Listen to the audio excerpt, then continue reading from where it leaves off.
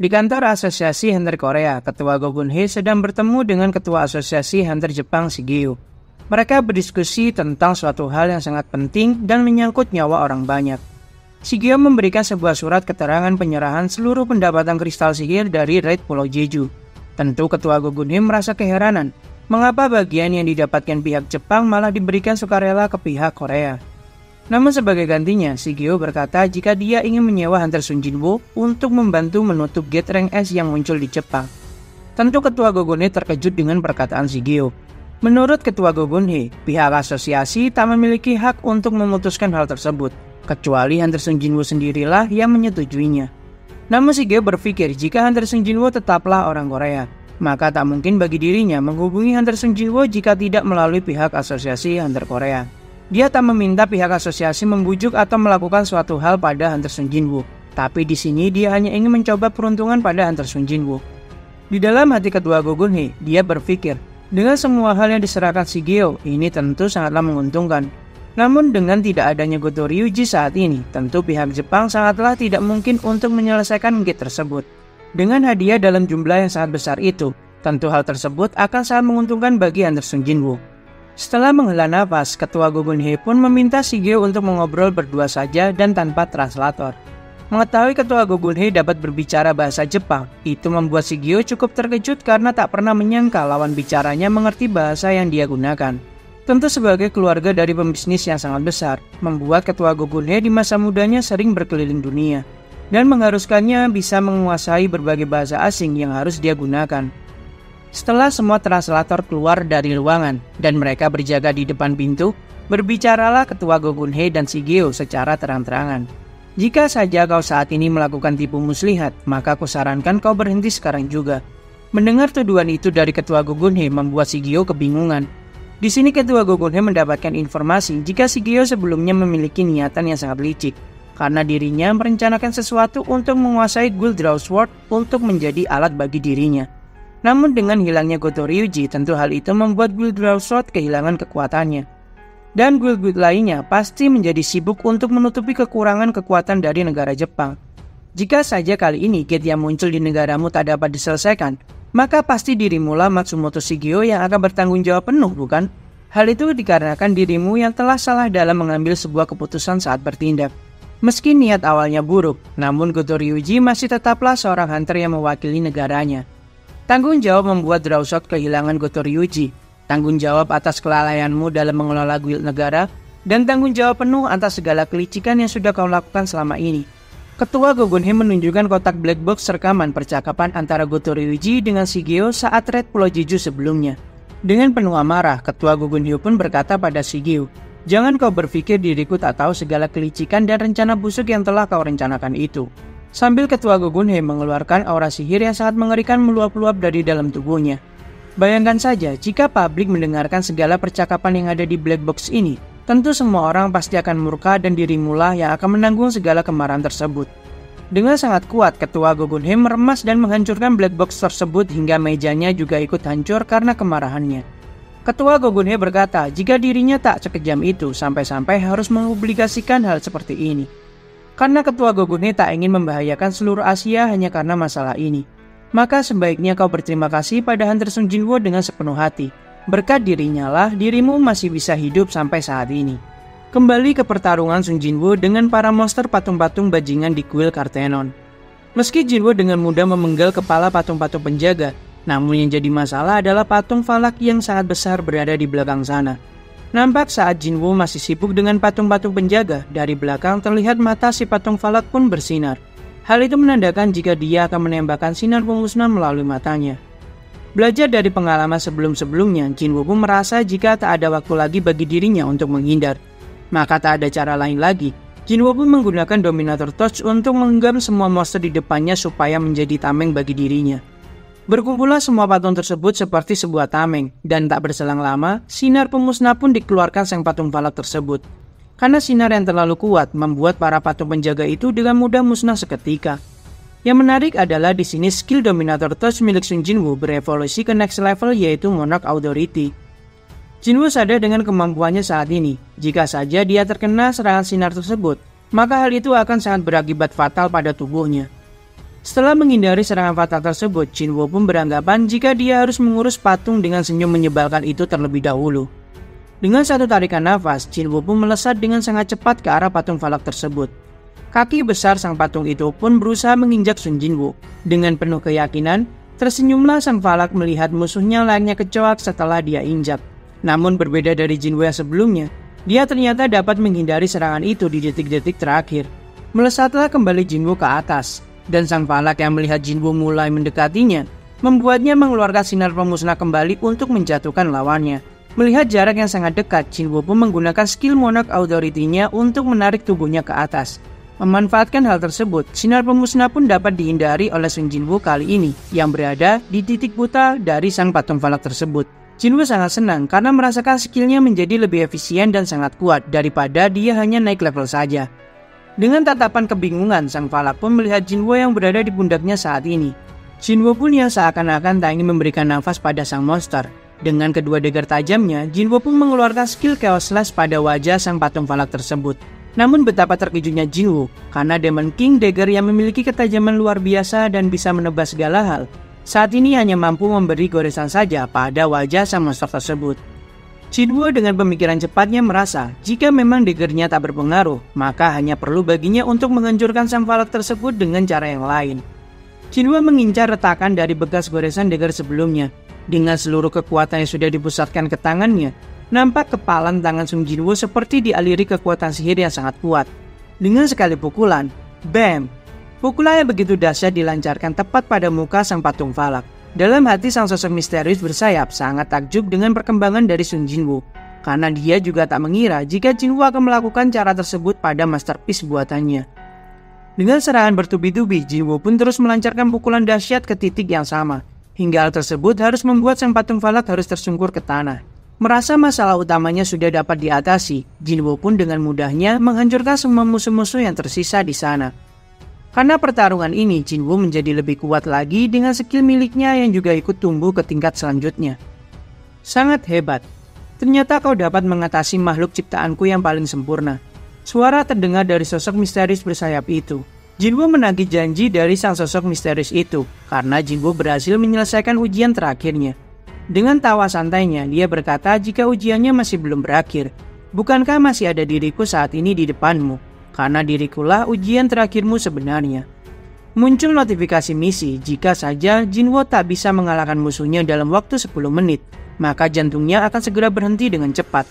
Jinwoo pun bertanya lirih, jika kau sebenarnya siapa? Sosok itu pun berkata jika dia akan memberikan jawabannya sekarang sebagai hadiah untuk Sun Jinwoo. Yang aneh adalah semua kata-katanya muncul di notifikasi dalam pandangan Sun Jinwoo. Dan akhirnya diketahui jika sosok itu adalah arsitek sistem. Di depan gate yang dimasuki oleh Sun Jinwoo, nampaklah Wo Jinchul beserta anggotanya sudah tiba di sana. Dia sudah membawa 7 anggota elit untuk memasuki gate dan membantu Sun Jinwoo. Awalnya Wo Jinchul merasa sebenarnya tak perlu baginya membantu Sun Jinwoo mengingat kekuatan Sun Jinwoo yang begitu hebat. Namun untuk berjaga-jaga saja, maka dia pun akan membawa 7 hunter elit tersebut. Saat Wo Jinchul berada di depan gate tersebut dan ingin memasukinya, betapa tercengangnya dia. Seketika dia merasakan hawa tekanan sihir yang tak pernah dia rasakan sebelumnya. Karena saking mencekamnya, seakan-akan saat ini sabit tajam milik malaikat maut sudah menempel pada leher Wo Jinchul.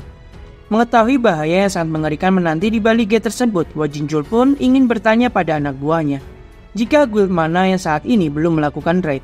Ternyata diketahui, guild The Hunters lah yang saat ini masih belum melakukan raid. Maka dari itu Wo Jinchul meminta guild tersebut membantunya menyelamatkan Hunter Sun Jinwoo dengan kedua Hunter Rank S yang ada, yaitu Hunter Cahaya In dan Ketua Chojong In. Dalam hati Wo Jinchul dia sangat heran dengan gate yang memancarkan hawa kematian seperti ini. Mengapa Sun Jinwoo malah masuk sendirian ke gate tersebut sekarang? Sebenarnya dirimu itu apa? Pertanyaan itulah yang ingin dia utarakan kepada Sun Jinwoo. Di dalam gate terlihat arsitek mengubah ke-6 sayapnya menjadi sebuah tangan. Dengan gerakan yang sangat cepat dan setara kecepatan milik Sun Jinwoo, dia mendaratkan satu pukulan yang sangat kuat ke arah Sun Jinwoo. Mengetahui jika dia tak dapat menghindarinya, maka Jinwoo hanya bisa menerima serangan itu dengan kedua tangan untuk mengurangi dampak serangan. Memang di sini satu pukulan bisa dihentikan oleh Sun Jinwoo, namun dua tangan lainnya dengan sangat telak bersarang pada perutnya, hingga membuat Sun Jinwoo terpental sangat jauh karena menerima serangan telak tersebut. Tak berhenti di sana, seakan-akan Jinwoo tak diberi kesempatan untuk bernafas, serangan bertubi-tubi pun kembali dilancarkan hingga membuat Sung Jinwoo cukup terdesak. Sampai pada satu titik, Jinwoo dapat memanfaatkan skill serta statistik supernya dengan sangat baik. Hal itu membuat sang arsitek sangat takjub dengan kemampuan Sung Jinwoo yang melampaui ekspektasinya. Satu pukulan kembali didaratkan pada wajah Sung Jinwoo dengan sangat telak. Tapi Jinwoo tak menyerah. Dia pun memberikan pukulan yang begitu telak pula pada wajah sang arsitek. Hingga hal itu harus membuat sang arsitek mundur cukup jauh menjaga jarak. Dia merasakan kebahagiaan karena tak pernah terfikirkan jika manusia seperti Sung Jinwoo dapat melawan dirinya sebagai entitas yang memiliki status yang lebih tinggi. Dalam hati Jinwoo, dia beranggapan jika sang arsiteklah sosok yang mengundang dirinya setelah mencapai level 100. Maka Jinwoo merasa jika sang arsitek sangat yakin dengan kekuatannya dan bisa mengungguli kemampuan Sung Jinwoo saat ini. Namun di sini terlihat Sung Jinwoo masih merasa sanggup untuk menghadapi sang arsitek.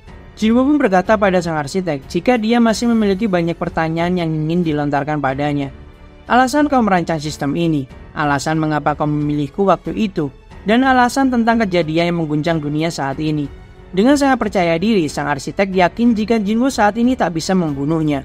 Karena jika Jinwoo membunuhnya, maka rasa penasaran Sung Jinwoo tak akan terjawab. Melesatlah dia mendekati Jinwoo dan memberikan serangan kembali. Mengetahui jika Jinwoo tak diuntungkan dalam pertarungan jarak dekat, maka Jinwoo berusaha berlari sambil memberikan serangan dari skill Monarch Authority-nya. Namun ternyata Jinwoo salah mengira jika teknik hit and run-nya akan berhasil, karena di sini sang arsitek juga bisa menggunakan skill yang sama. Dalam kebingungannya karena serangan jarak dekat maupun jarak jauh Sung Jinwoo tak berhasil, sang arsitek pun menyampaikan jika semua hal yang Jinwoo rencanakan tak akan berhasil, dan tak peduli jika kau membunuhku atau kau tidak membunuhku. Pada akhirnya kau akan mendapatkan jawaban yang saat ini sedang kau cari.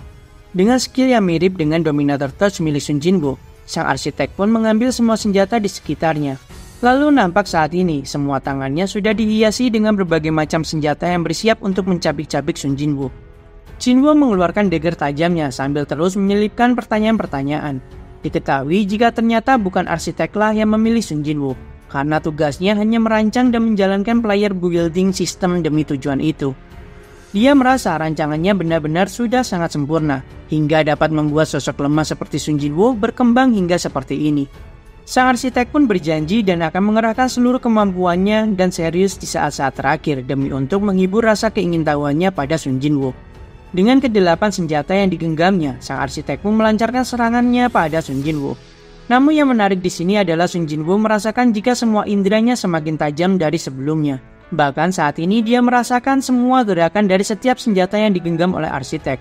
Pedang, tombak, sabit, kapak, hammer, Jinwoo pun bisa merasakan semua senjata itu sekarang. Dalam ketenangannya, Jinwoo bisa membaca setiap gerakan dari sang arsitek saat ini.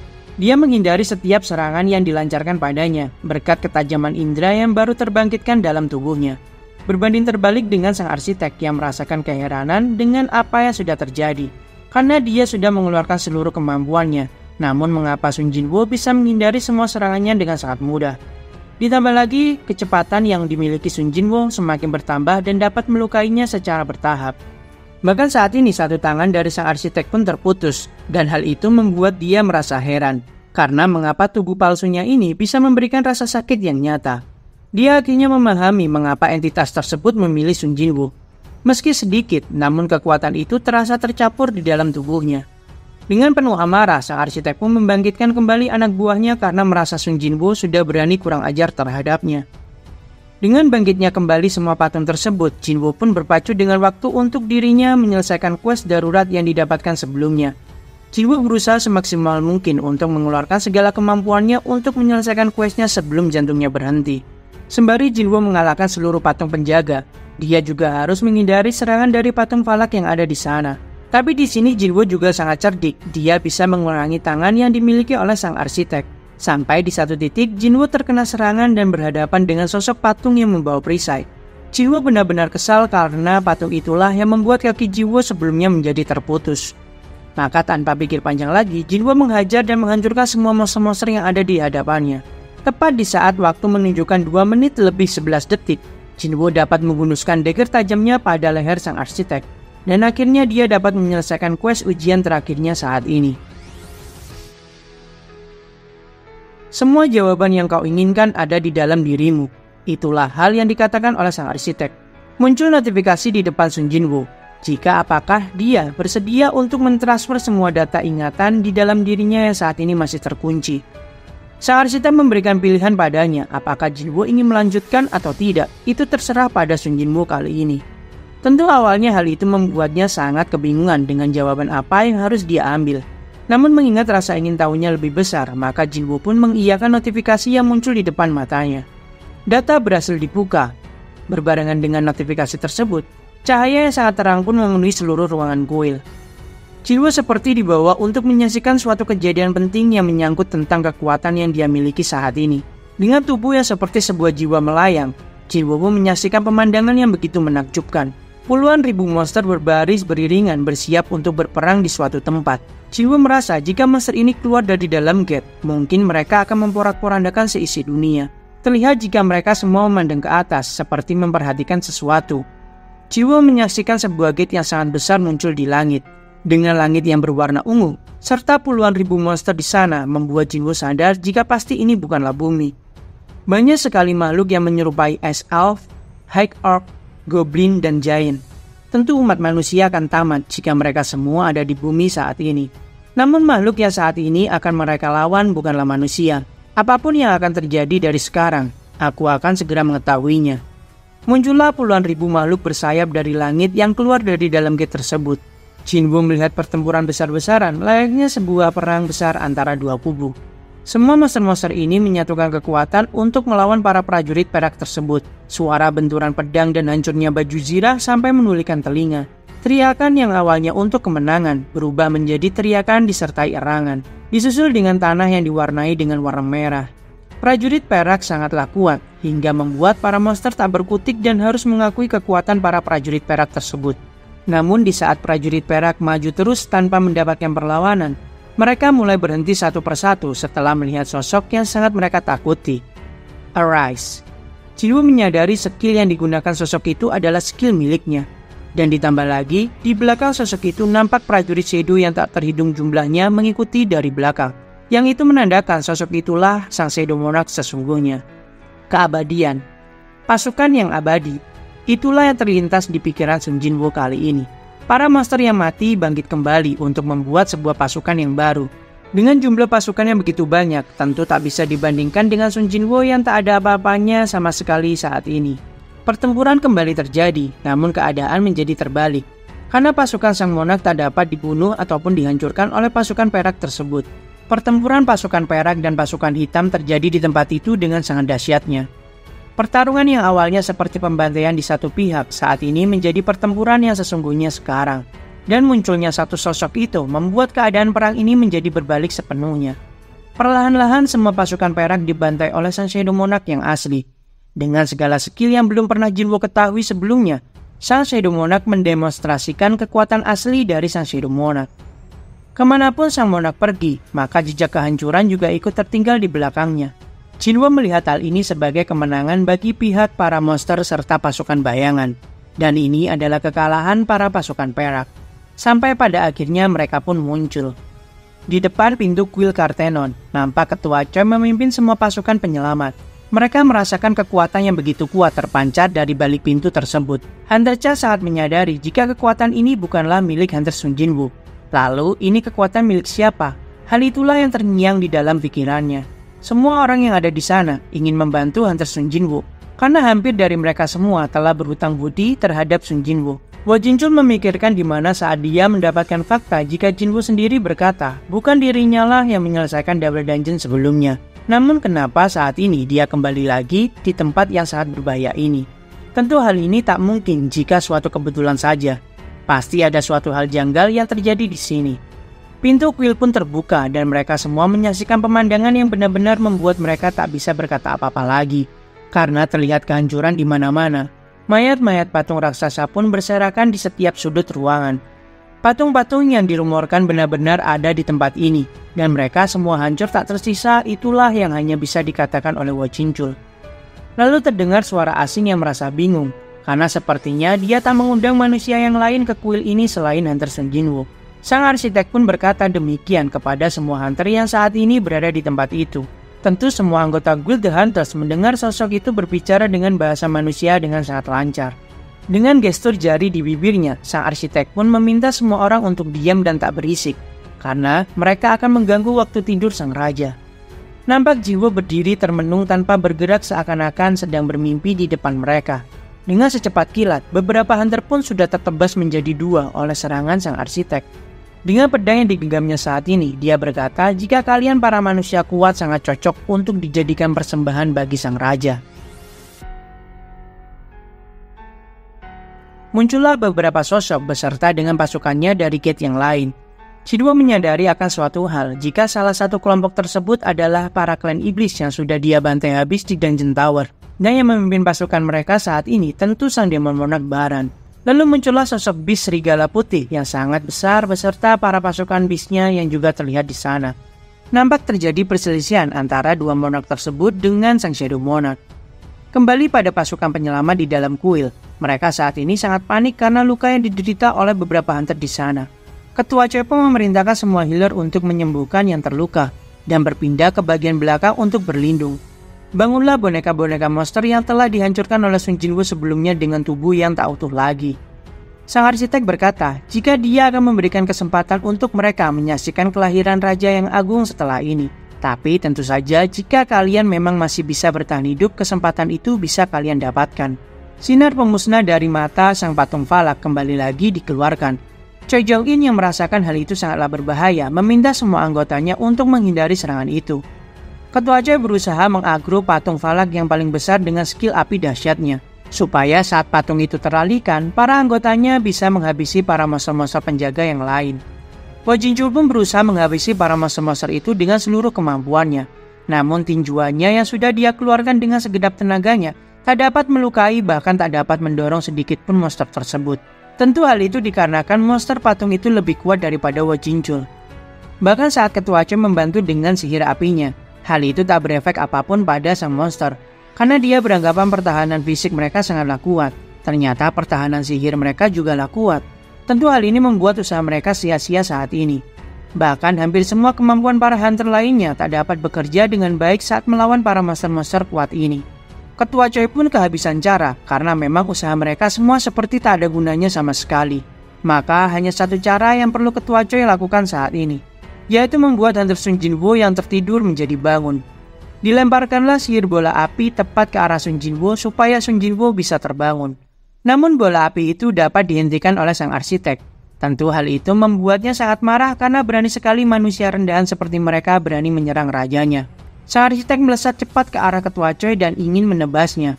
Tentu Ketua Choi yang tak siap tak mampu menghindari serangan tersebut.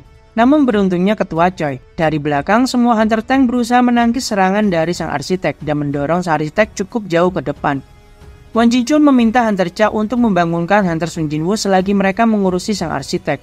Di saat Hunter Cha hampir menyentuh Hunter Sung Jinwoo yang masih tertidur, keadaan beralih.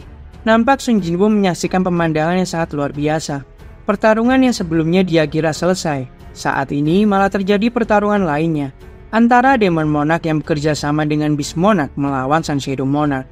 Jinwoo tak bisa membayangkan betapa kuatnya sang Shadow Monarch yang asli, karena pasukannya bisa bangkit terus-menerus seakan-akan dia tak memiliki batas mana dalam tubuhnya. Dengan pertarungan ini, Jinwoo menyadari akan suatu hal, jika memang pertarungan sebelumnya adalah pertarungan para monster melawan pasukan perak, maka tak ada alasan bagi mereka saat ini untuk bertarung. Namun kenyataannya mereka bertarung seperti ini, tentu ini adalah konflik internal. Singkatnya setelah pertarungan hebat terjadi, sang iblis baran pun tak dapat melawan sang Shadow Monarch. Dia harus mengakui kehebatan dari sang Shadow Monarch. Bertanyalah sang Shadow Monarch pada Baran, mengapa kau memilih untuk mengkhianatiku? Jawaban dan percakapan selanjutnya menjadi seperti tersensor, dan tak bisa diketahui oleh Sung Jinwoo saat ini. Digenggamlah leher Baran dan tercekiklah dia oleh genggaman kuat dari sang Shadow Monarch. Tiba-tiba Jinwoo merasakan jika dia menjadi sosok sang Shadow Monarch tersebut dan menghabisi nyawa Baran dengan tangannya sendiri. Jinwoo sangat familiar dengan mata yang ditunjukkan oleh Baran karena memang dia saat ini menyaksikan kematian kedua dari Raja Iblis Baran. Jinwoo masih keheranan mengapa dirinya saat ini menjadi sosok peran sang Shadow Monarch. Dalam kebingungannya, Jinwoo merasakan ada suatu kekuatan yang memasuki dirinya. Tiba-tiba terdapatlah dua jantung yang ada di dalam tubuh Sung Jinwoo. Dan turunlah beberapa sosok perak bersayap dari langit dan menghampirinya saat itu juga. Dan notif menunjukkan jika data pun selesai dibuka sekarang.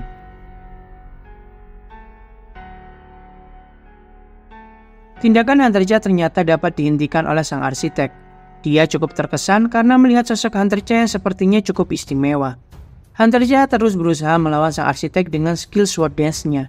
Sang arsitek sangat senang melihat Hunter-cha yang bisa menghibur kebosanannya.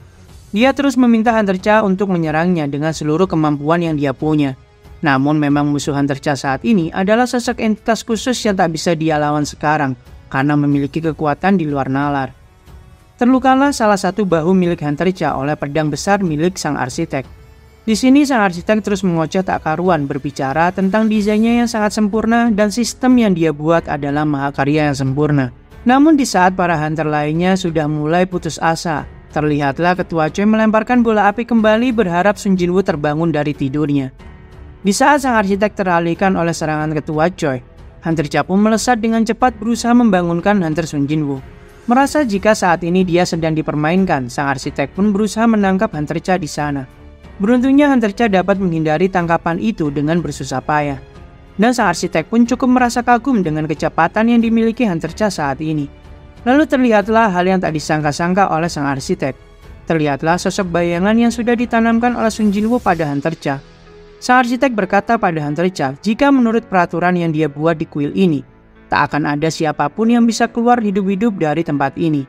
Namun ada satu cara khusus untukmu, karena sang raja sendirilah yang sudah menanamkan shadow miliknya padamu. Jawab pertanyaanku, untuk apa kau datang kemari? Dan hubungan apa yang kau miliki dengan sang raja? Tanpa ragu Hunter-cha pun berkata jika dia adalah teman Hunter Sun Jinwoo. Kami semua di sini adalah teman Hunter Sun Jinwoo dan ingin menyelamatkannya. Dengan senyum liciknya, sang arsitek pun berkata jika dia akan memberikan kesempatan untuk mereka menyaksikan hari ini. Di tempat ini, salah satu monark yang sangat mulia dan agung akan turun ke dunia ini. Kau akan berkesempatan menyaksikan momen bersejarah ini, ungkapnya pada Hunter-cha. Namun untuk manusia yang lain selain dirimu, tentu mereka harus segera dikorbankan dan mati di tempat ini. Lalu terdengarlah suara familiar dari samping. Siapa yang bilang harus seperti itu? Dan satu pukulan telak bersarang pada wajah sang arsitek. Sampai-sampai membuat rahang dari tubuh buatannya pun hancur berkeping-keping. Jinwoo bertanya pada sang arsitek, jika apa yang sudah kau lakukan terhadap tubuhku? Sambil terus dia memberikan pukulan bertubi-tubi pada sang arsitek. Semua tim penyelamat seperti Ketua Choi, Ketua Oh Jin-chul, dan Hunter-cha menjadi sangat lega dengan sadarnya Hunter Sun Jinwoo sekarang. Saat tersungkur di tanah, sang arsitek pun sangat terkejut karena sosok yang dia saksikan saat ini bukanlah sang raja yang dia tunggu-tunggu. Dia terus memanggil-manggil sang raja yang mungkin saat ini masih tertidur di dalam tubuh Sun Jinwoo. Sang arsitek pun sangat keheranan bagaimana bisa Jinwoo mempertahankan egonya bahkan dengan Black Heart yang sudah tertanam di dalam tubuhnya.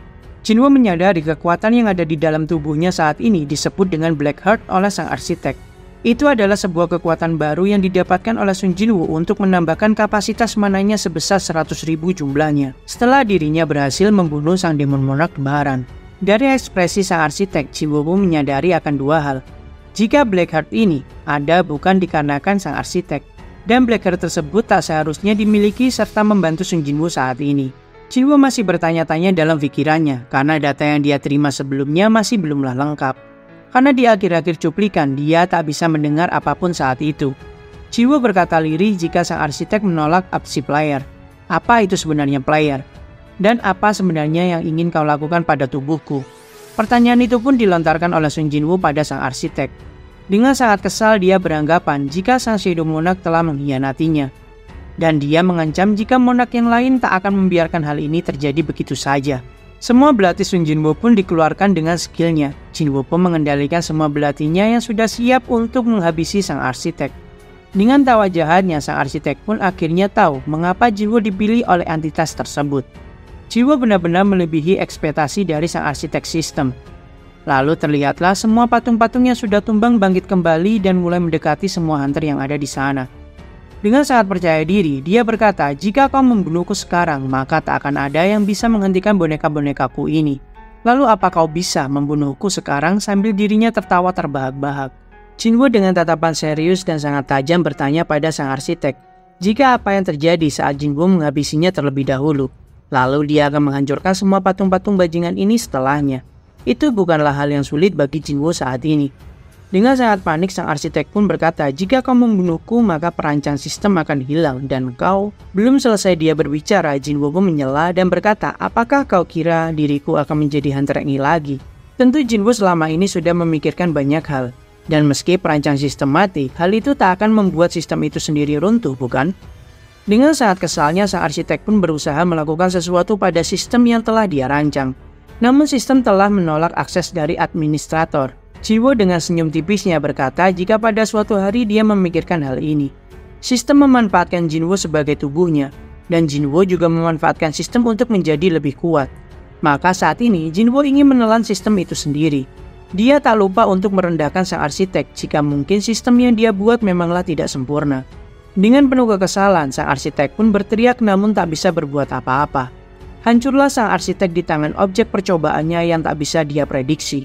Sebelum kematiannya dia mengatakan, jika saat pilar api menopang langit, kematian yang tak terelakkan akan menemukanmu. Dengan tenang Jinwo pun berkata, kapanpun itu diriku sudah siap menantinya.